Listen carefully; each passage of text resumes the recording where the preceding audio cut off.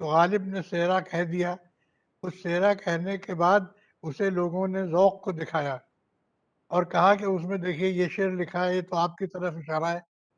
ذوق سمجھ گئے اور انہوں نے اس کا جواب دیا، اور اس کا جواب پر سننے کے بعد غالب نے دوسرا ایک قطعہ لکھا کہ استاد شہ سے ہو مجھے پرخاش کا خیال، یہ تاب یہ مجال یہ طاقت نہیں مجھے.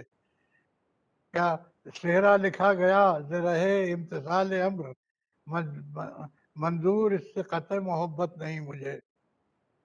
100 پشت سے ہے پیش ہے آبا سپہ گری، کچھ شاعری ذریعہ ہے عزت نہیں مجھے. اب یہ سب باتیں وہ شخص کہہ رہا ہے، اتنا بڑا شاعر، غالب جیسا شاعر کہہ رہا ہے 100 پشت سے ہے پیش ہے آبا سپہ گری، کچھ شاعری ذریعہ ہے عزت نہیں مجھے. یہ ایک ٹریجک، بڑی ٹریجک بات ہے کہ وہ اپنے آپ کو کہہ رہا ہے کہ میں تو شاعر واعر کہاں ہوں، میں تو سپاہی تھا خاندان کا. یہ ایک محض ایک چونچیں چلی ہیں، اس میں یہ بات چل گئی، ورنہ ہمیشہ یہ بات نہیں ہوئی. اور غالب کیا، غالب، مومن، ظفر، ذوق سب اپنی جگہ پر جو حیثیت رکھتے تھے تو دوسرے کو اپنے خاطر میں نہیں لاتے تھے. یہ تو انا جو تھی وہ تو سب کی تھی. غالب نے تو پورا قصیدہ کہا ہے کہ قہر ہے گر کرو نہ مجھ کو پیار، کیا ہے وہ، آپ کا بندہ اور پھروں ننگا، آپ کا نوکر اور پھروں اور کھاؤں ادھار. وہ پورا قطعہ جو غالب نے لکھا ہے اس میں آج مجھ سا نہیں زمانے میں شاعر نغز گوئے کوئی گفتار. یہ سب چیزیں غالب یعنی یہ انکساری بھی کرتے تھے اور انا بھی ان کی بہت تھی، اور انا بھی جو تھی وہ بھی کعبہ اگر وانا ہوا.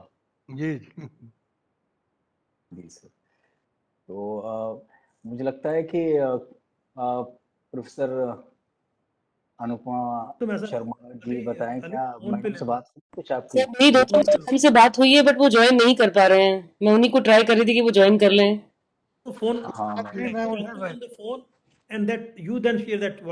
اوکے کوئی بات نہیں، میں ان سے ٹیلی فون پہ بات کر لوں گا اور میں ان کا شکریہ ادا کر دوں گا. اور یہ واقعی بہت اچھا ہے، کشمیری لال ذاکر صاحب کی یاد میں آپ لوگ جو ہر سال ان کا ایک لیکچر رکھتے ہیں، ان کو یاد کرتے ہیں. یہ ہونا چاہیے، اتنے بڑے مصنف کا، اتنے بڑے اسپیکر پہ ڈال رہی ہوں. جی سر میم اسپیکر پہ. ہاں جی میم بولیے پلیز. کیا میری سنا نہیں میں نے؟ Ma'am hello. ہاں جی جی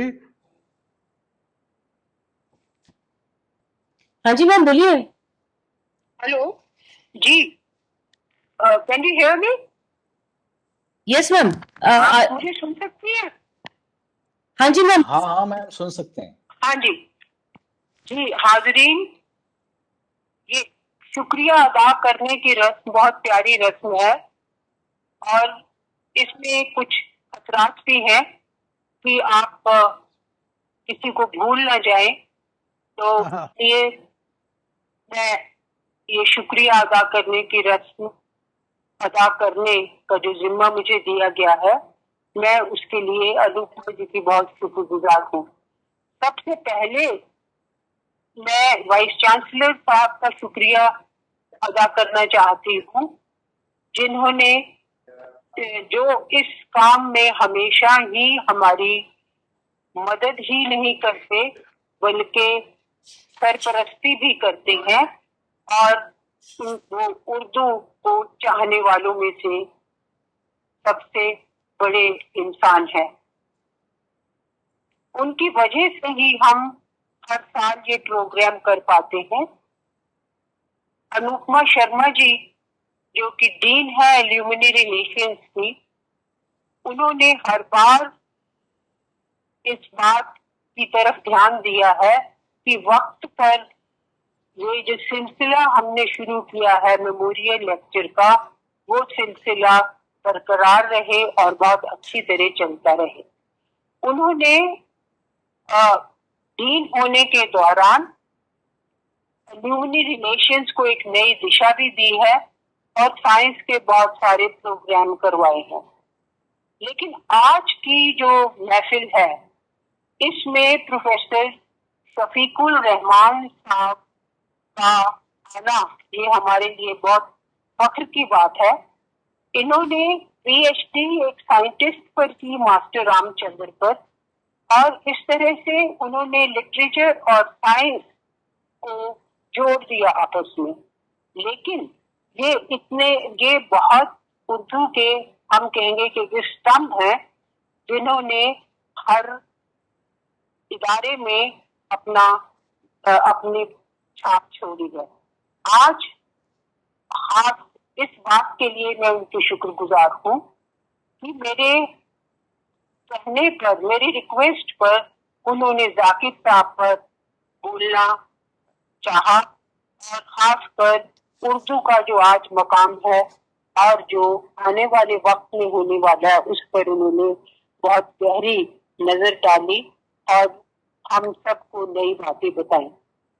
اب پروفیسر اکشے کمار جن سے میں نے صرف ایک بار ہی التجا کی، تو انہوں نے، حالانکہ ان کا پروگرام تھا شاید دلی جانے کا، انہوں نے اس کو ملتوی کر کے میری ریکویسٹ پر جو ہے یہاں شاید رکے ہوئے ہیں کیونکہ وہ کتابوں سے گھرے بیٹھے ہیں.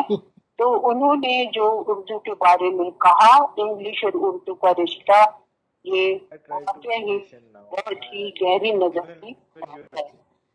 اب علی عباس صاحب سے کچھ سالوں میں بہت پیارا سا رشتہ جڑ گیا ہے، اور جب بھی میں نے انہیں آواز دی ہے یہ ہمیشہ میرے ساتھ کھڑے ہوئے ہیں اور ہمیشہ ہی میری مدد کی ہے. روی تیج سنگھ ایک ابھرتا ہوا ستارہ ہے، ہونہار ہے، اور انہوں نے پنجابی اور اردو کا رشتہ جوڑنے کی لگاتار کوشش کر رہے ہیں. اور جس طرح سے علی عباس صاحب اور روی تیج دونوں نے غالب کو پھر پنجاب میں زندہ رکھنے کی کوشش کی ہے، یہ قابل تعریف ہے. اب میں دیپتی گپتا جی کا بھی شکریہ ادا کرنا چاہوں گی کہ جو انہوں نے ہی اس پروگرام کو شروع کیا تھا، اور ذاکر صاحب کا انہوں نے 100 سالہ جشن بھی بہت دھوم دھام سے منایا، اور اس کے علاوہ جو ہے میموریل لیکچر کا سلسلہ بھی شروع کیا. تو میں ان کی تہ دل سے شکریہ ادا کرتی ہوں. اب یہ بات جو ہے پوری نہیں ہوگی اگر میں ذاکر صاحب جو میرے والد محترم ہیں ان کو یاد نہ کروں، کیونکہ ان کی وجہ سے ہی ہم آج اس محفل میں شامل ہیں. ان کا ایک شعر میں اس موقع پر آپ سب کی نظر میں لانا چاہوں گی. وہ شخص جو آج اس محفل میں لافانی ہے، وہ شخص جو آج اس محفل میں لافانی ہے، چلا جائے گا اپنے زخموں کی تجارت کرتے، چلا جائے گا اپنے زخموں کی تجارت کرتے، مدتوں اس شخص کا اس شہر میں چرچا ہوگا.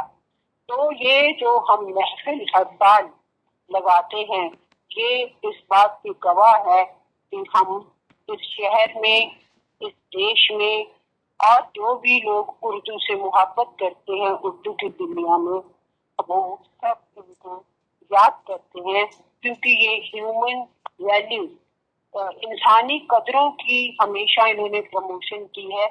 اور جو خاص بات ہے کہ صرف جو ہے انہوں نے ساہتیہ میں ہی اپنی چھاپ نہیں چھوڑی، بلکہ انہوں نے جو لوگ کمزور ورگ کے ہیں ان پر بھی، ان کی طرف بھی اپنا ہاتھ بڑھایا، ان کے بارے میں بھی لکھا، اور اس طرح سے وہ ہمیں ہمیشہ یاد آتے رہتے ہیں.